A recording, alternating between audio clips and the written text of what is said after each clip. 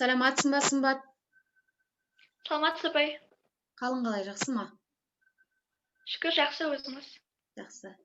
Сымбат, бізде дирижерлеу пәнінен бүгінгі тақырыбымыз штрихтармен, динамикалық белгілермен жұмыс жасаймыз. Енді мен алдында тапсырманы берген болатынмын. Шығарма жайлы, шығарманың композиторы жайлы, өмірбаянын кішкене тоқталып өтіп айтып кетсең. Ақ свет Людмила шығармасының авторы Михаил Иванович Глинка 1804 жылы 1 маусымда дүниеге келген, және де 52 жасында, яғни 1856 жылы 15 ақпанда дүниеден өткен. Негізінен орыс композиторы, Милан консерваториясын бітірген, және де атақты шығармалары бар.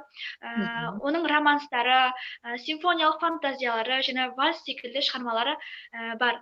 Ал шығарманың өзіне келетін болсақ, Руслан Людмила операсының финалының үзіндісінен алынған, және де бұның мазмұны екі ғашықтың махаббаты жайлы. Екі ғашық үйленіп жатқан кезінде зұлым қызды алып қашып кеткен екен. Және де қыздың әкесі, егер де менің қызымды кім тауып әкеледі, мен соған қызымды берем деп ант берген екен. Сөйтіп жігіт қызды тауып, жақсылық жамандықты жеңіп шыққан екен. Жарайсың. Және де бұл шығарманың тональності ре минор, және де өлшемі 2/4, ал темпі орташа, асықпай. Анданты, яғни ертегі идеясында жазылған шығарма екен, иә? Енді біз қазір шығармаға кіріспес бұрын, дирижерламас бұрын, біз қолымызға жаттығу жасаймыз, иә? Қолымызды қыздырып аламыз.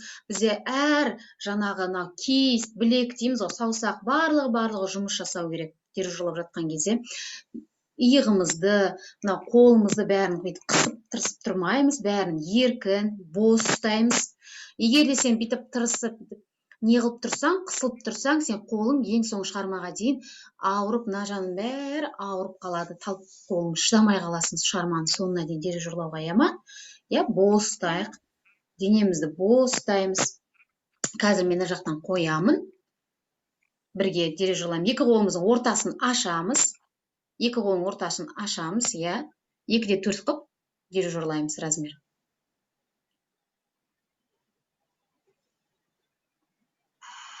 Кетті.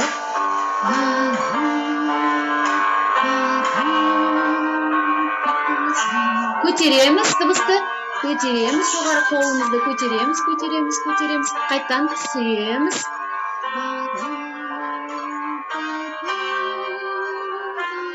Бос ұстаймыз денемізді, иығымызды, барлығы бос болу керек. Бос қолымызды көтереміз жоғарға.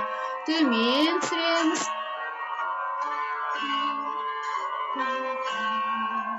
Қайтадан көтереміз. Осындай сияқты жаттығулар болады. Осындай сияқты жаттығуларды біз бірнеше рет қайталаймыз. Енді біздің келесі жаттығымыз бағанағы айтып кеткенде, мына білегімізге, мына саусақтарымызға барлығы білектер жұмыс жасау керек. Ішке, сыртқа, жоғары, кезек төмен. Ал дайындаймыз. Сыртқа, ішке, көтереміз. Қайтадан сыртқа, көтереміз, түсіреміз. Міне, осындай сияқты жаттығулар болады бізде.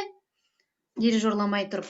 Енді шығармаға кірісе берсек болады. Біз дайынбыз. Бұны бірнеше рет қайталау керек біз. Тағы да бір жаттығулар бар, әрине. Ал операға кірісетін болсақ, қазір мен жақтан қоямын. Хордың айтып атқан.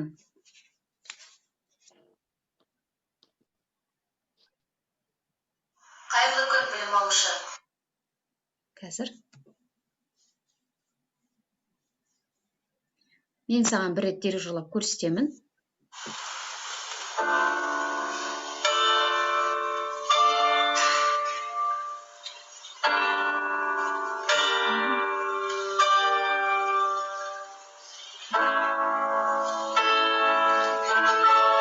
снимать етеміз. 13-ші тактен бастап.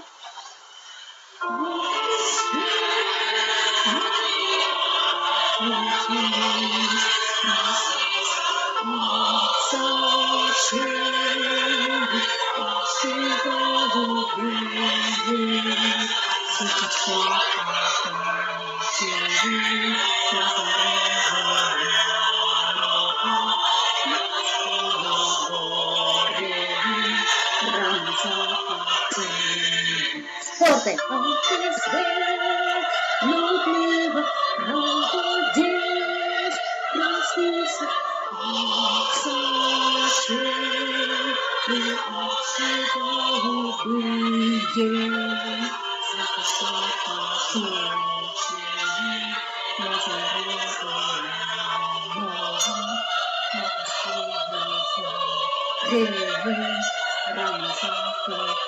Снимать етеміз, астына қол басты.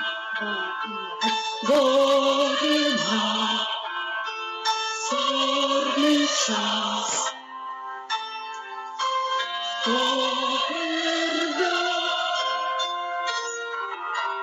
солнцеки, атма, атдога, стихма. Міне, осылай сияқты дирижерлап көрсетем. Енді біздің мен саған ары қарай алдында берген болатын, өзіміз бірінші дирижерлап аламыз, шығарманың мынау мәтініне мән береміз, мәтінін жаттап алған болатынбыз алдында сабақта. Енді бүгінгі біздің бағана айтып кеткендей, шығарманың штрихтарына мән береміз бүгін. Динамикалық белгілері, форте, пиано, шығармада акценттер белгіленген. Міне 13-ші тактіден бастап акцент тұр бізде. 13-ші тактіден бастап, яғни аралас хор шығады. Аралас хор дегеніміз сопрано, альт, тенор, бас. Оған дейін біздің қолымыз, яғни төмен болады, төмен көрсетеміз оркестрге. 12 такт.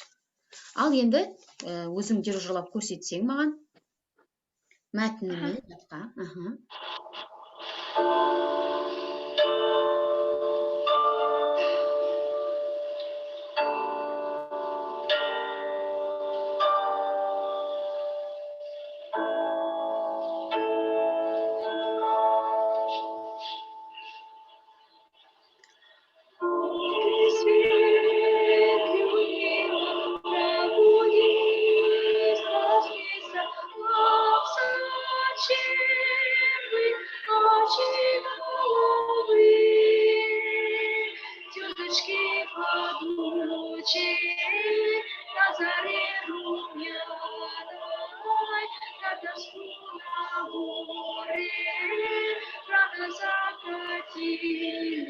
Шешеміз.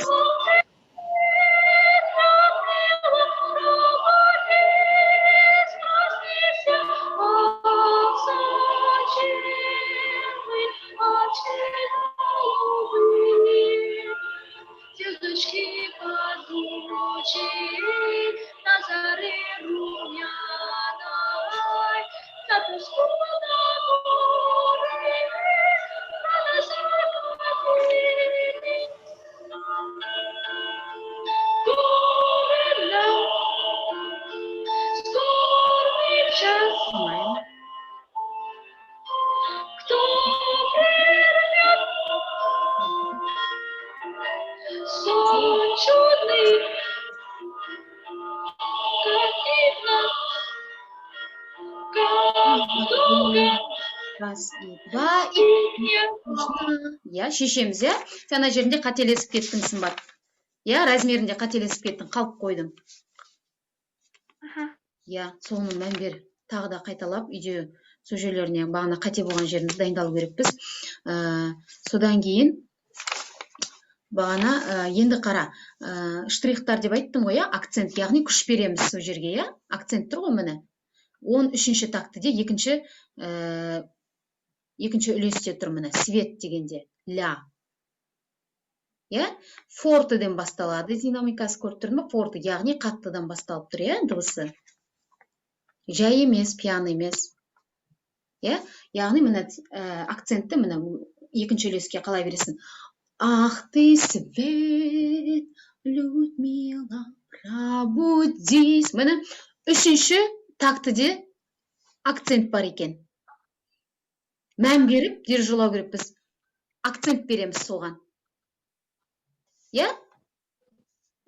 Ары қарай фортеден басталады. Бізде міне шарықтау шегі, міне ах ты свет, фа. Людмила. Көріп тұрсың ба, міне? Екінші бетінде. Сол жерде біз деген қолымызды кеңінен ашамыз. Форте.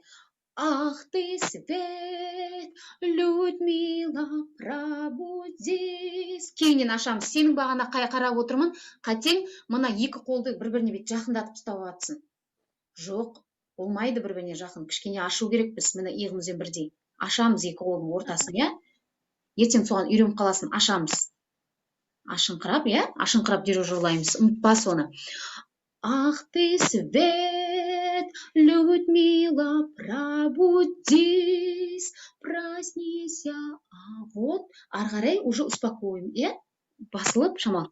Ах, зачем вы очи голубые? Еде деп тұрмын мына жерде, екінші үлесте. Звездочкой падучей, на заре румяной, на тоску на горе, рано закати. Екіге шешеміз. Екіге. Енді мына жерден бастап өзің көрсетіп шықшы маған. 13-ші тактіден бастап мына акцентті көрсетіп шықшы. Штрихқа. Қолымызды ашамыз. Сымбат, екі қолымыз ортасын ашайық, я. Ал. Ах ты свет, Людмила, пробудись, проснися. Ах, зачем вы очи голубые? Егеде. Я? Мына жерде егеде береміз. Екінші үлес. 20-шы тактыны қараш. Егеде береміз. Егеде тұр бізде штрих. Сосын, мына акцентке келгенде неге сен қолыңды бүйтіп, мына денеңнің бәрін неғылып атсың?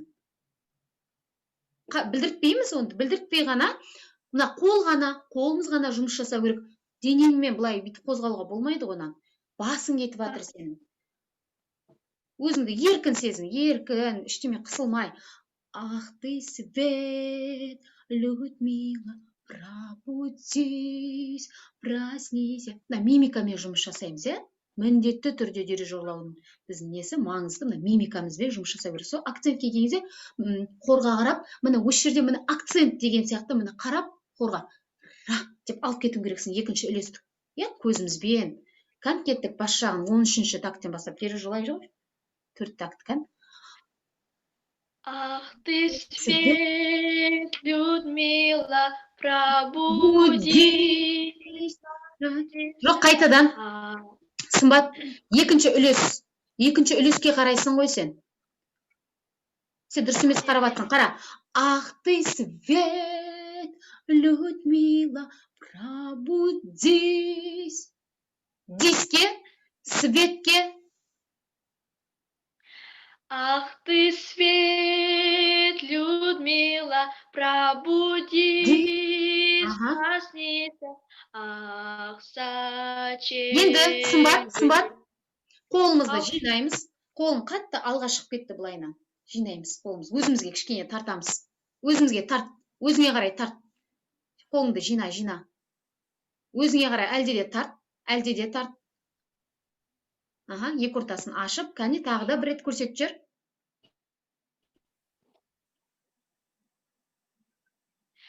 Ах ты свет, Людмила, пробудись, проснися. Я түсіндің ғой, я? Түсіндің ғой жалпы, я?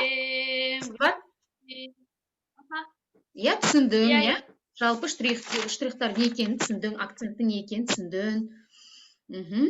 Енді бізде фортеден басталады дедім, айтылды, темпі. Енді біз бағана сен өзінің қателермен жұмыс жасауын керексің. Мен саған айттым бағана екі қолың ортасын қатты жақын ұстайсың, соны ашып жұмыс жасаймыз. Сосын мына қолымызды өзімізге қарай тартып, шамалы қатты алға кетпеу керек. Кішкене өзімізге тартамыз, екі ортасын ашамыз. ортасына келгенде, мына шығарманың ортасына келгенде сен уже қолың талып жатыр. Сол үшін өзіңді айттың ғой бағана, біз не үшін жасадық жаттығуды? Мынаның бәрін өзіңді еркін, сен уже қолыңды мынау талып не қылған сайын бір-біріне жақындатып шаршап бара жатыр қолың. Мынаның бәрін босат, корпус босат. Иә? Бізде мына шығарма ұзақтау болғаннан кейін сен соңына дейін мына қолың шыдамай талып қалады. Сол үшін мына жаттығуды біз бағана жасадық. Үйде де соны жасайсың, қосып мен беріп жіберген записьті. Сосын бағанағы акцентте, екінші үлеске акцент тұр ғой, сол жерге жұмыс жаса үйде, иә ма? Үй тапсырмасы түсінікті болды ғой, иә? Иә. Жақсы, онда келесі сабақта кездескенше. Сау болыңыз, апай. Сау бол.